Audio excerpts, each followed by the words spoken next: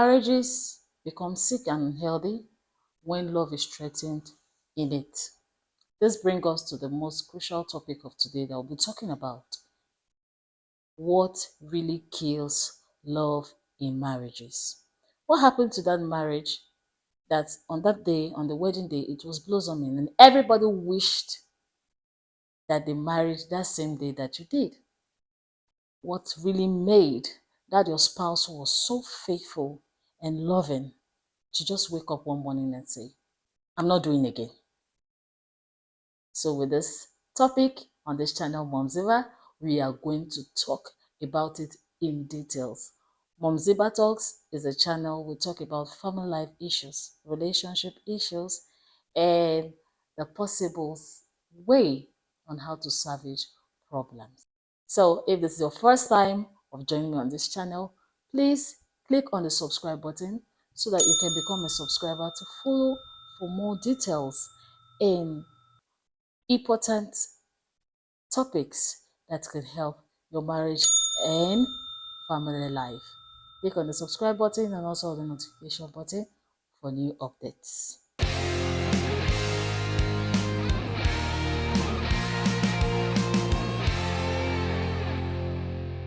Hi, it's Momziba Talks.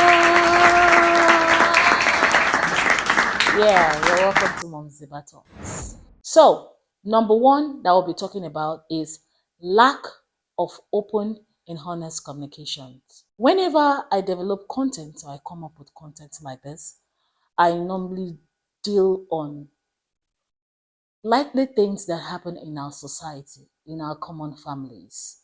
Okay? We don't talk about fiction. I don't deliberate on fiction, but due to some discussions and family discussions and counseling, I discuss on that topic because I know it's going to be applicable to physical marriage, physical lifestyle of man, and it's going to help them in the long run. Lack of open and honest communication. Many spouses don't spend time to communicate with their spouse. And some also communicate with their spouse, but they are not open and honest. These that I'll be talking about today have been trivialized by many marriages, modern marriages. But these trivials can really threaten the health of your love life in your marriage before its death. You'll see some couples, they are not open with whatever they do in their marriage. They hide things from their spouse. They hide their maybe financial balance. They hide many other things, their health issues, their emotional feelings from their partners. They are not opened. And this can really kill marriage very, very fast before you know it. Many people also don't spend time to communicate with their wives. We know that human beings are meant to communicate. That's a common feature of human. So if you are not communicating with your spouse, definitely there will be someone else you are communicating with. And this can lead to a lot of problems in your home. So marriages and couples must learn to harvest communication time. We know that the busybody of the day to make ends meet is not overemphasized, but also in all this, we must learn to harvest communication time. You can choose time maybe at night time or after bed rest, early hours of the morning, or during lunch break. You can call your spouse, you can talk together, you can share your feelings together, you can share your fear together, you can share your strength together, and this will help you bond better. Number two most trivialized things that people tend to do or couples tend to do in their marriages that can lead to the sickness of the love they share in their marriage is neglect. Many couples show little or no affection towards the protection of their marriages. It is very common in our modern marriages these days. Okay, it is very common. You see the husband say, I don't have anything to do. It's her life. Okay, she can do whatever she wants to do. And you see the wife say, Whatever he likes, he can do. It's none of my business. So far, he doesn't come into my space and I not to his space, and we are comfortable. You see, they start to have maybe sleep apart. I have my room, you have your room. So that is it. Everybody live in your world. It's like different worlds, okay, in the same place. Tell me, how do you expect that to exist? It is very, very hard to. So especially victim spouse, okay, that feel this neglect, because neglect can also come in a way where one person is showing affection to protect the marriage and the other one is not showing. And another one can also come when the other one is not being supportive, maybe intellectually, emotionally, financially, and spiritually. Even if you are not able to meet up with these points or these arms of supportive, where supportive measures are needed, 100%, you can meet with them, maybe 20%, and this will round over to 100%. It is better. When neglect is in marriage, it is very, very difficult for love to strive. Number 3 point is incompatible sex urges. Yes, you heard me very well. Incompatible sex urges. We don't have to trivialize this, but it is trivialized in our society today. When a woman tends to tell her husband that I don't feel okay the way you make out with me, the man tends to start to look at his wife as maybe a whore. No, these are hormonal imbalances in different personalities. A man who marries a woman who has high libido, or a woman who marries a man who has high libido, okay, tend to have different sex urges. And when the other partner fails to understand this, it leads to disputes. It leads to infidelity outside. It leads to breach between each other. So we must try to communicate. This thing boils down to communication, to understand how your sex urges are between you and your spouse. This will only help to strengthen your home. Number 4 point that I'll be talking about is infidelity.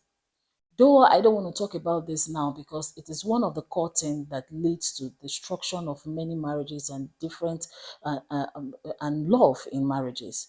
But we still have to talk about it in this kind of aspect that I'll be talking about it. Infidelity is a very serious, difficult, and serious shoe to repair. Okay? So avoid infidelity. Many couples do not heal quickly. They all have different ways on how they respond to infidelity, especially the victim spouse.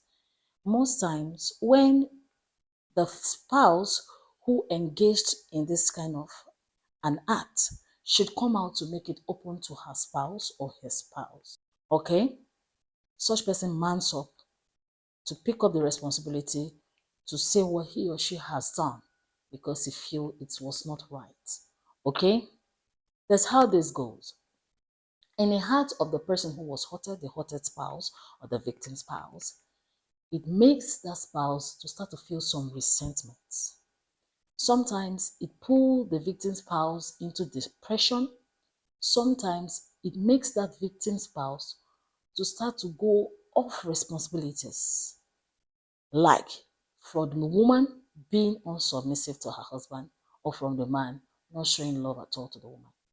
And sometimes in some cases also, this can lead to self-passion or self-centeredness from the victim spouse to go ahead to engage also in the act, having sexual relationship outside the marriage, extramarital affair, just to gain being evil even with her husband or with his wife. But this all boils down to making the love in the marriage sick, the love in a marriage threatened, and could with time in the marriage. Most couples might decide to still live together. I've seen many couples, they live apart. This is where neglect comes in some cases. I don't care. Since he's already doing this to me, since she's already doing this to me, I don't really have time for that. Let's start building our worlds apart. And they could be in that marriage for a long time together, but they are different worlds apart.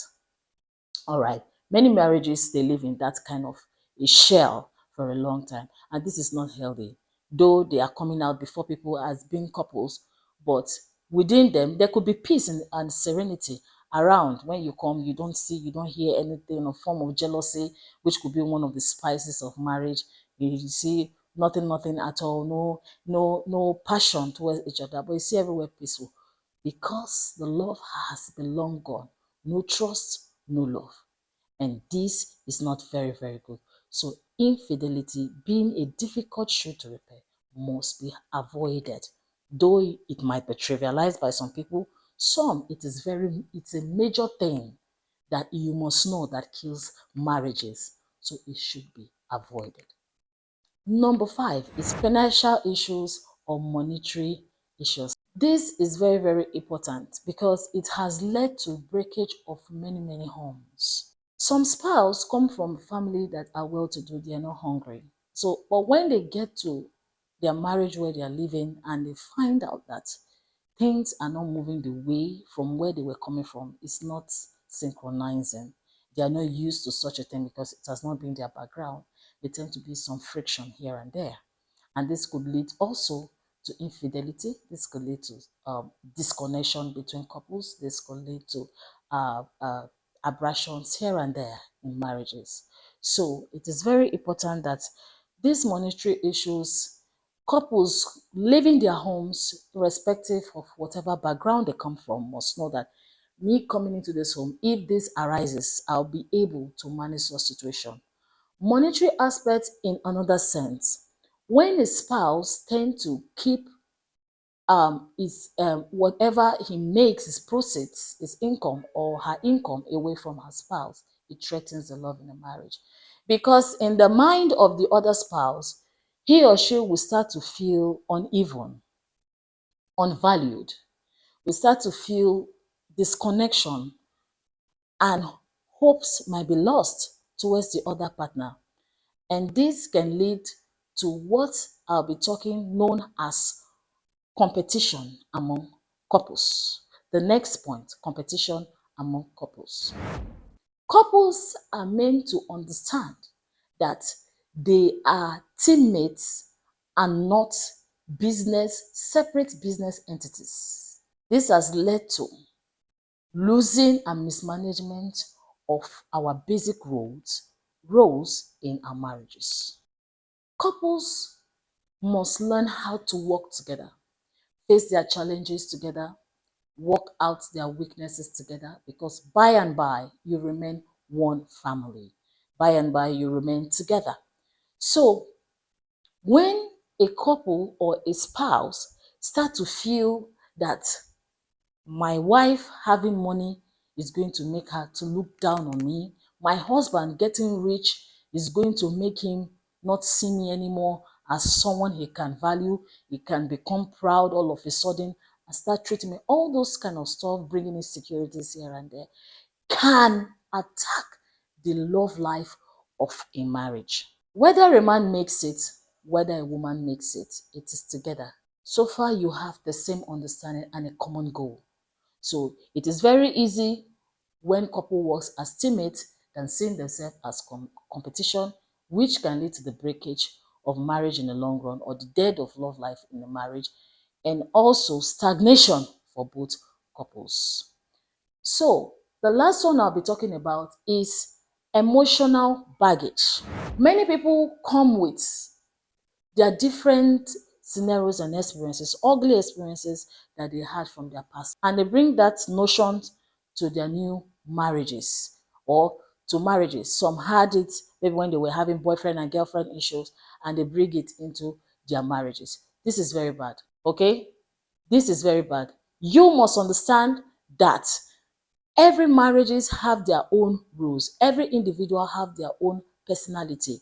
The fact that the other partner or your parent had issue in their marriages, you had an ugly experience with your family, does not mean you will still have the same in your own marriage. When you have this understanding, it will be very, very easy for you to navigate and make it through and save your marriage. Every marriage must grow in a successful way by engaging in better communication, apathy, tolerance, and love. Face your challenges together and your weaknesses together. This will only make your bond better. So, till next time, I remain Mom Ziba. Keep on with these tips and keep on watching, because I'm going to be coming up with more that is going to help you in your family life. Thank you.